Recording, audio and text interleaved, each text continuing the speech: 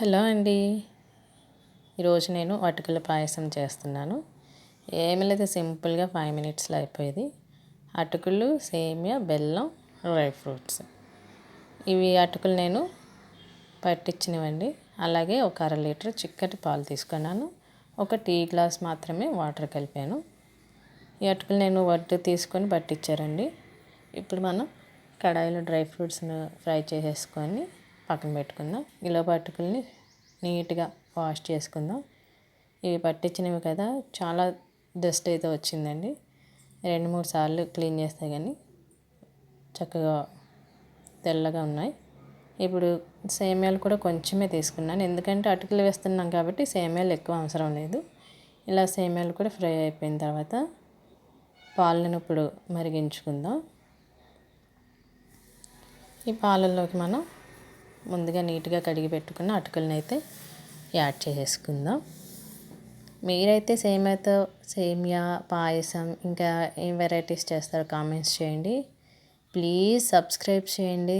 అందరూ కామెంట్స్ చేయండి, లైక్ చేయండి. సబ్స్క్రైబ్ చేయట్లేదు, చాలామంది చూస్తున్నారు కానీ సబ్స్క్రైబర్స్ రావట్లేదు. ప్లీజ్ సబ్స్క్రైబ్ చేయండి. మోనాల్ రాజ్ వరల్డ్. ఇప్పుడు సేమియా అటులను కూడా యాడ్ చేసేసుకొని ఒక 5 మినిట్స్ ఇలా పాలల్లో ఉడికించుకుందాం. ఇలా ఉడికిపోయిన తర్వాత ఒక 1/2 కప్పు బెల్లాన్ని అయితే పక్కన పెట్టుకున్నాను. ఇప్పుడు అది యాడ్ చేసేసుకున్న తర్వాత ఆ బెల్లం కరిగిపోయే వరకు ఉంచుకుంటే చాలండి. చక్కగా కరిగిపోద్ది ఆ వేడికి. కరిగిపోయింది కదా, ఇప్పుడైతే యాలకులను డ్రై ఫ్రూట్స్ యాడ్ చేసేసుకుంటే ఎంతో టేస్టీ హెల్దీ అటుకుల పాయసం అయితే రెడీ అయిపోయింది. ఎలా వచ్చిందో కామెంట్స్ చేయండి. అలాగే మీరు కూడా ఏం చేస్తారో కామెంట్స్ చేయండి, వెరైటీస్. ఇప్పుడైతే అయిపోయింది అటుకుల పాయసం.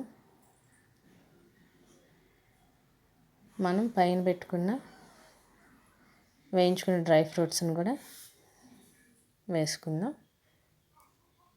బాగా వచ్చింది. మరి టేస్ట్ అయితే ఎలా ఉంటుందో టేస్ట్ చేసి చెప్తాను. టేస్ట్ కూడా అయితే చాలా బాగా వచ్చింది. చూశారు కదా, టేస్టీ అండ్ హెల్దీ అటుకుల పాయసం అయితే అయిపోయింది. ప్లీజ్ సబ్స్క్రైబ్ చేయండి. థ్యాంక్ యూ అందరికీ.